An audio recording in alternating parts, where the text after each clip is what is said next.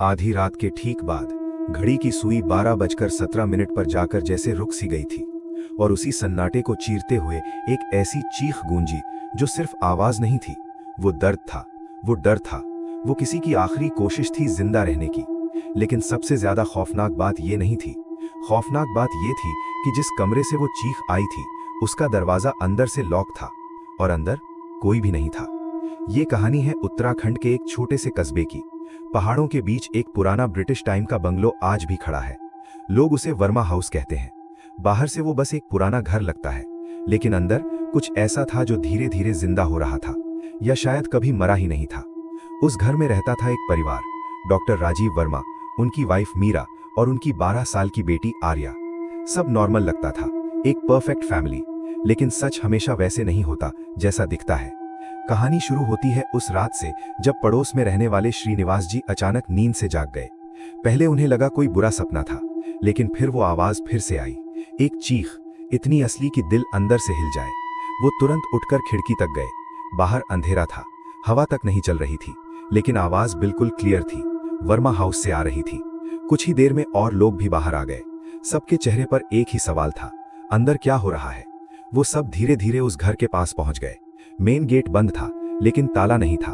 दरवाजा धक्का देते ही खुल गया। अंदर कदम रखते ही सबने एक चीज महसूस की, ठंड। लेकिन नॉर्मल ठंड नहीं, जैसे हवा में जान ही ना हो, जैसे किसी ने रूम से सारी गर्मी खींच ली हो। ड्राइंग रूम बिल्कुल ठीक था, फर्नीचर अपनी जगह, सब कुछ नॉर्मल, लेकिन वो खामोशी, वो अजीब सी फीलिंग, जैसे कोई देख रहा हो बिना दिखे। तभी किसी ने धीरे से कहा, आवाज ऊपर से आई थी। सब सीढ़ियां चढ़ने लगे। हर कदम भारी लग रहा था, जैसे कोई रोक रहा हो। ऊपर एक कॉरिडोर था और उसके एंड पर एक दरवाजा बंद, और उसके अंदर से हल्की हल्की खरोंचने की आवाज, टक टक टक, जैसे कोई नाखून से दरवाजा चीर रहा हो।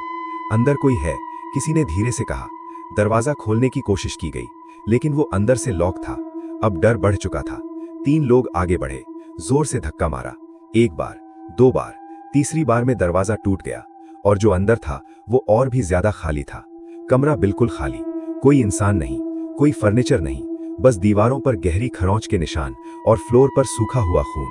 लेकिन सबसे अजीब चीज वो एहसास था, जैसे कोई अभी भी वहीं खड़ा हो, चुपचाप देख रहा हो। पुलिस बुलाई गई, इन्वेस्टिगेशन शुरू हुआ, लेकिन पहली ही नजर में सब उल्टा था। दरवाजा अंदर से बंद, खिड़कियां सील, कोई रास्ता नहीं। फिर चीख किसकी थी और वो आया कहां से? डॉक्टर वर्मा और उनका परिवार उस रात घर पर नहीं था। वो 3 दिन पहले ही शहर से बाहर गए थे, मतलब घर में कोई था ही नहीं। फिर भी किसी ने चीख मारी। इन्वेस्टिगेशन के दौरान पुलिस को मीरा की डायरी मिली। उसमें बार बार एक ही लाइन लिखी थी, वो यहाँ है, वो मुझे देख रहा है, वो आर्या से बात करता है। पहले पुलिस ने इसे स्ट्रेस या मेंटल कंडीशन माना, लेकिन जैसे जैसे डिटेल्स सामने आई सब बदलने लगा। पड़ोसियों ने बताया कि कुछ हफ्तों से घर में अजीब चीजें हो रही थी।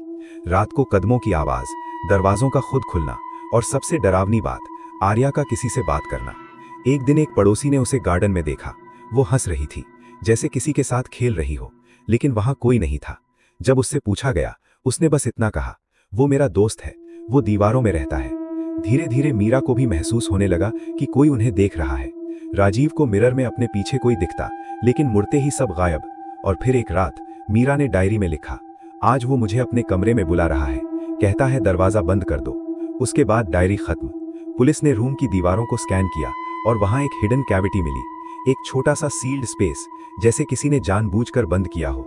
जब दीवार तोड़ी गई, अंदर एक बच्चे का स्केलेटन मिला और उसके पास एक पुराना टॉय, बिल्कुल वैसा ही जैसा आर्या के पास था।